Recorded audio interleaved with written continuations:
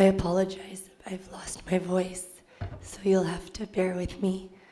I'd like to first thank Apoorva Jayaraman, Navadisha, Trinity Arts Festival for making me a part of this conversation. Can you hear me and understand me? Okay. So the question posed to me is to redefine this term spiritual in the practice of Bharatanatyam today. And the specific questions posed to me are, what do we mean when we use this term spiritual? Is it, as Apoorva said, merely jargon? Is it this feeling of exhilaration or achievement or discovery that we feel through performance? Or is it something beyond that? And the second question posed is, what relevance does spirituality have in the lives that we as dancers lead today, which are lives seemingly far removed from spirituality as was understood centuries ago? And I want to start by answering that second question to say that I don't think the understanding of spirituality changes. Life may change, society may change, science changes, technology changes, but the understanding of spirituality is the seeking of that which does not change, that which is unchanging, that which is eternal. And that's what makes it universal. That's what makes it irrespective of geography, nationality, age, time, century. And that's what makes it so pressing a search or a seeking. And the first question, how do we define spirituality in the context of Bharatanatyam? First have to define spirituality, which is a heavy content topic. But to put very simply, spirituality is, in essence, the process of transformation of consciousness from the finite to the infinite, from the constricted to the expansive, from the limited to the boundless. And all spiritual practices begin this process of transformation at the level of the mind. And so in dance, when we speak of dance being a meditation or dance being a yoga, we're actually talking about a sensitization or a transformation of our mind. We'll take the word yoga, for example. The root of the word yoga is yuj, and yuj means to find a connection or a link. And so ultimately in spirituality, it's finding the link from the smaller sense of self to the full, expansive, infinite sense of self. And in practices of meditation, you're given certain tools that help align these naturally scattered energies of the mind, help find alignment, help find harmony. In meditation, mantra, breath, vichar, spiritual inquiry, all of these things sort of align the thoughts and essentially, form that bridge or form that link. And in dance also we have the tools. There's the very basic shlokam, the simple shlokam that we learn, yato hasto tato drishti. And I think this speaks about the tools. Where the hand goes, the eye goes. Where the eye goes, the mind follows. Where the mind follows, emotion goes. And where emotion goes, rasa is born. So this speaks of the moving from the tangible, from the physical, from the gross, for lack of a better word, to then slowly the intangible, and the stacking, the aligning of those energies to find the harmony between the physical and the mental. In the training or the practice of the form, we start at the physical level. It's very demanding, as we all know. It utilizes every part of the body, from the limbs to the eyes to the neck to the fingers. And so when we start learning the form, we're building that capacity for mindfulness, building that capacity to be completely in the experience of every movement. From the physical, from the technique, we move to abhinaya, in which we learn to express. We move to the state of thought and emotion and channeling the energy in that even more subtle way. And as we go deeper and deeper in the form, we find even more subtle details, even finer nuances, punctuation, pauses, spaces in between. I have my teacher sitting right here, and the corrections that we might get when we're first starting is about arms and adamandi and footwork, which we continue to always get. But then now in class, I'm asked things like, how does the material feel in your hands? Do you feel the heaviness? Do you feel the weight of the garland around your neck? And all of these things require an increased mindfulness. So all of these tools sort of sensitize the mind, increase the capacity of the mind, and work towards this mindfulness of practice. On the contrary, because there is so much going on physically, there's also a tendency for distraction. When you're sitting in meditation, your eyes are closed and you're at the level of the mind. If your mind goes astray, there's no dishonesty. You know that you're not doing it mindfully. But in dance, because there is so much going on, it's very easy to let the mind go astray. And also because the practice requires sheer repetition and practice over and over in the mastery of the form, in the fluency of the dance language, there's an increased tendency towards habituation. So we've all, I'm sure, had the experience of doing a dance, maybe even doing it well, but the mind being completely somewhere else. And so in that case, is it a spiritual practice? And I think the answer is no. So what makes this a spiritual practice is the living of it in every moment. And it's an ideal, obviously, that we are striving at, but it's not something that's guaranteed. So in that sense, it could be mere jargon. We can't just say, yes, it's a spiritual practice. Whether or not it's a spiritual practice depends on our intention, and our intention in every moment. So no matter the level of technical excellence that we've achieved, or the number of years we've been doing it, or the seniority or number of performances, it really matters from moment to moment what we invest in that moment, in that movement, in that character, in that gesture.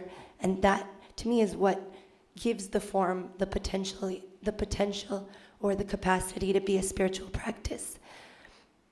Now, all of this being said, I know that there's a history that sort of lies ahead of what I'm saying, in the sense dance was conceptualized as a form of yoga in the stances, the movement, and I'm not qualified to speak on that, but I would like to mention that there are artists like Mandakini Trivedi who have done extensive research on the science behind the positions and the channeling of yogic energy in the body and its connection to the dancer's body and the cosmos that we inhabit. Also the aharya, or the costuming, everything has cosmic and spiritual significance. But today, in the passing on of the learning and the tradition, we don't so much get that knowledge or that information. It's more about the technique and the form. So as a practitioner today, where it becomes a yogic or spiritual practice or has that potential is in the intention and is in the constant mindfulness. A really nice image I like to think of is putting the thread through the eye of the needle. That keen focus, that keen attention and effort towards alignment. So that's one thing. The next thing, which I think is undeniable, is content or exploration. When it comes to Bharatanatyam, content is really what drives our choreography, our explorations. And we're given this wealth of myth, of iconography, and all of these things function at multiple levels, at the aesthetic level, at the symbolic level, and at the spiritual level. And everything, whether the stories that we dance about, whether the deities or the gods who hold instruments or who yield weapons, all of these details are actually symbolic of an inner experience that we contain within ourselves. And that's what makes the form so universal, so timeless. But because these things are intangible, the content gives an outer expression to something that we experience in a colorful, beautiful, visual, creative way. Sorry, where am I? And this sort of opens out this world of magic and beauty and depth. And I think that opens out the window, that kind of goes back to ourselves. It opens out that window to beauty, magic, and depth that we contain within ourselves. And this is sort of the role that dance has always played in my life. Even as a child, I grew up in a house that was just completely concentrated with dance and music. My mom my teacher, Mythili Prakash, she's mad about dance. And so I grew up with like just dance being like our life throbbing with dance. But what's interesting is I don't ever recall hearing the word spirituality or hearing the word sacred. Rather, I was introduced to stories and characters through books, through reading, through watching, through productions, through playing characters, characters like Mirabai, like Tulsidas, like, poetry of Tagore, of Sufi saints, of Jain poets. And all of this kind of created this magical world in me.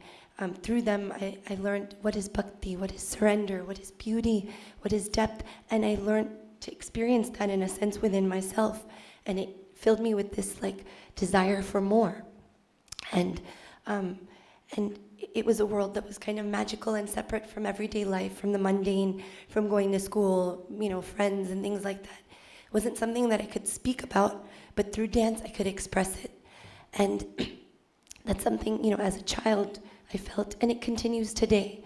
So content makes a difference. Even today when you dance about, Mira or an Andal or a Akka Mahadevi or even pieces on Krishna and Shiva and Devis, these were my idols growing up. And so when you do work of that, that pitch, like for example, when I worked on a piece on Akka Mahadevi, just the sheer like passion and fervor and depth of her words and her work, just you're like reverberating with that energy, and it's absolutely transformative. So yeah, in sort of conclusion, to me it's these two aspects. One is the practice and the training and the intention, and the other is the content and the exploration. And that too is about intention. We can explore anything with Bharatanatyam, but we have the capacity to tap into the spiritual. One thing that check timing. Okay, I don't know where the timing has gone. But one thing that I want to address that I think is really important is this dichotomy that I think we feel, or that I feel at least, in that if dance is this practice where we're working on alignment, we're working on centering, we're working on harnessing these energies, but at the same time we're doing it on a stage, we're doing it in front of people, and you're not vulnerable, but you're within yourself, and there's nobody outside to judge you or watch you. But when you're in performance, thank you. When you're in performance, you are putting yourself out there in a sense, and like Malaka was saying, there are different trends in the way the dance is being watched, the way dance is being commented on, the expectations that people come in with when they watch dance. And I don't even have an answer or question as such, but just this dichotomy that I feel at, kind of keeping that center, but also knowing that we're on a public platform sharing this. And another thing is the issue of social media. Now there's an increased pressure. People are like, you're a dancer, post rehearsal videos.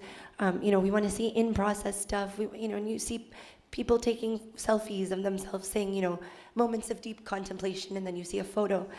And what does this mean? I mean, is it taking away from our, inner processes and our seriousness and our focus?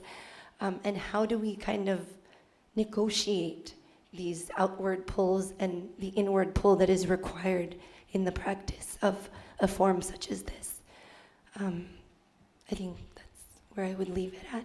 Thank you for listening to me.